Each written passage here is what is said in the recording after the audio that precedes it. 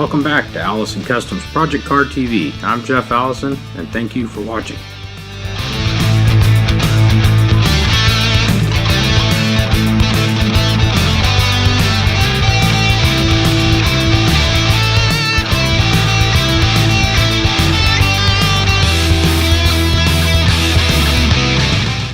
Welcome back to Allison Customs Project Car TV. Working on the wiring again for the Jeep, and apologize for not getting a video out yesterday. It's my wife and I's 26th wedding anniversary, so kind of put more importance on that than getting these videos out for this week. And getting back on this though, it's late Sunday afternoon, just kind of having a relaxing day, and thought I'd play with some more of this wiring. So I got some parts in at the end of last week here from Ron Francis. We're going to go over some of those. I think the last time I left off, we were talking about I needed to go do some research. So got on the internet there and pulled up some documents on the different wiring harnesses. So should have a pretty good idea of what these harnesses were intended to actually do. Which, you know, the chassis harness here is pretty simple. The fuel injection harness is a little more complicated, and only in that need to make sure all the sensors are hooked up, which they weren't, and so we need to make sure those are hooked up, or we can talk to somebody who does the programming on the ECMs, and they can let us know if certain items can be programmed out. For example, we're using an HEI distributor, but it's not a computer controlled distributor. So I happen to know that feature can be programmed out. It does work better if you have the computer-controlled distributor, basically, that controls the timing, because then it adjusts the timing for engine start, and then as the engine warms up, it readjusts it, and then as you go full throttle, it adjusts the timing again. And it's constantly adjusting its timing with its fuel map, and gives a little better quality drivability. But I do know that's a feature that can be programmed out, and it doesn't cause a whole lot of problems. Some of the other features that can't or maybe shouldn't be, we'll talk to the programmers and figure out what those are, and if we need to add some sensors. Like I said, quite a few of the sensors in this wiring harness weren't actually hooked up. And I know, like, one of them was like vehicle speed sensor and some other stuff, and I'm pretty sure those are required for that computer to set the idle speeds.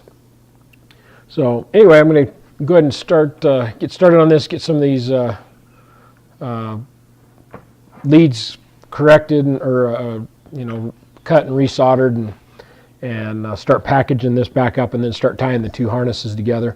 And then as I get some of this work done, I'll pull out some of the items out of the box here, and we'll show off some of the Ron Francis products. There's some really cool stuff they sent us, and we'll get going on it.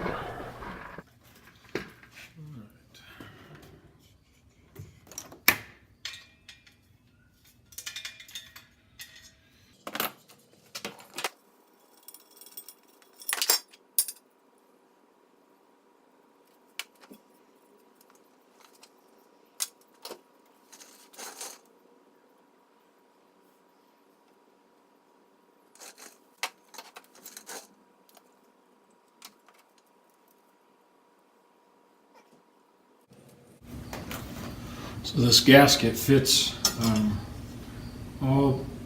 maybe a 1/16 of an inch inside the edge of the plastic here. So my hole is going to be the inside, but I just need to make sure as I set this on here, I can either square it up here or square it up to the top. And I think squaring it to the top is going to make the most sense. And I want to make sure I leave enough room that you just see the aluminum plate behind it. So I'm trying to arrange it in such a way to do that. I think it's going to be about as close as I can get. And then, and then I've got this hole just sticking out, so I want to cover that hole as well. Come back this other way a little bit. scooch it up just a hair.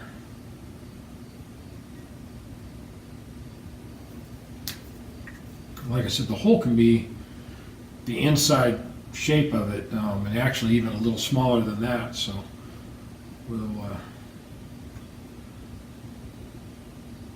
pretty happy with it here. In fact, let's try taping it down. Maybe I can hold it just a little bit straighter as I go.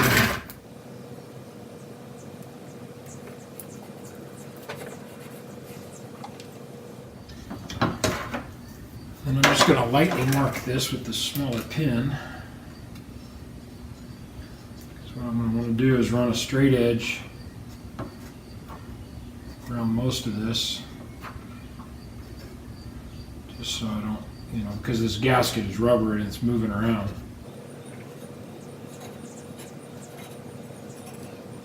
Alright, let me take this loose.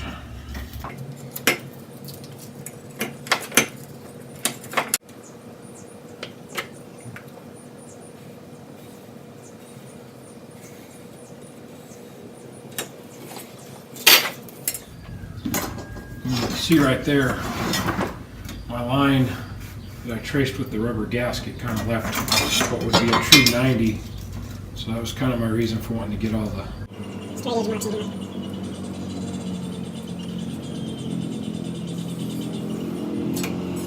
Not off by much, but there's a little bit there.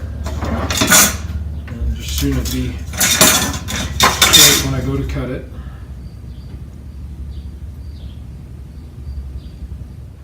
So I'll get this cut out, and then my switch panel will fit in the hole there. And then what I'm thinking I can do is, once that's in place, I'm thinking we're gonna reuse the temperature gauge. The oil pressure gauge wasn't hooked up, and it's a mechanical. So and there is an electric sensor in there for an oil pressure gauge, but that wasn't hooked up either. So I think what I'm going to do is try and put one of the gauges right here in this empty gap, and then on the steering column side, so this goes in under the steering column like so, and I need a headlight switch and a blinker switch and a hazard light switch, and then I'm going to try and go ahead and get the other gauge in there. And the goal would be to, I can either make some new panels, but there's really nothing wrong with these, other than two of them have this carbon fiber film or something on it. I don't know what you call it. So ideally, I'd really only like to use, I'd like to space the switches out a little further than what these are, just so there's easier to get to them. They're also not very straight. So I'll try and get like every other one, and then I may just go ahead and weld these other holes up or something. And then, anyway, try and get the oil pressure gauge or something in here. The other option would be to use this panel and I'll have to go check and see if there's room, but if there'd be room, then centralize all the gauges and go and put like oil pressure on one side and the temperature on the other, which would work really well. I'm hoping this temperature gauge works, and that we'll go ahead and get it hooked back up just so it's functional, and then just have the temperature gauge with the actual readings or numbers on it. Maybe bring it up over here, and then same put the oil pressure on this side. We'll see what we can do on that. Yeah, so I get that marked out. At some point here, I'll get these cut out and start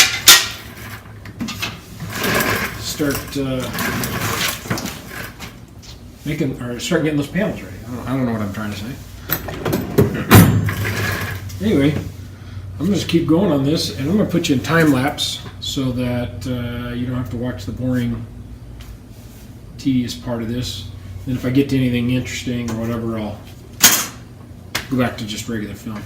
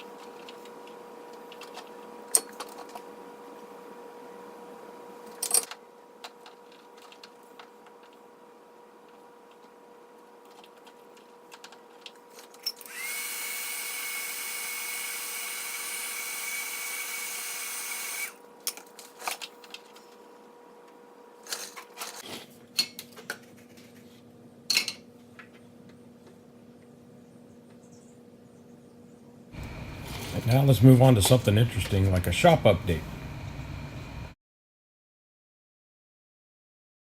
So here we get to see the truck driver drive over my lawn. He was a nice guy, very patient, but you know, like a lot of truck drivers, unwilling to help unload the truck. So with my little forklift and all by myself, took about 5 hours to unload his truck. The whole building has now been delivered. The only thing I'm still missing is some concrete, and hopefully be getting back on that in the next week or so. You guys have a great day. Thanks for watching Allison Customs Project Car TV. Like us on Facebook and check us out at AllisonCustomsOnline.com.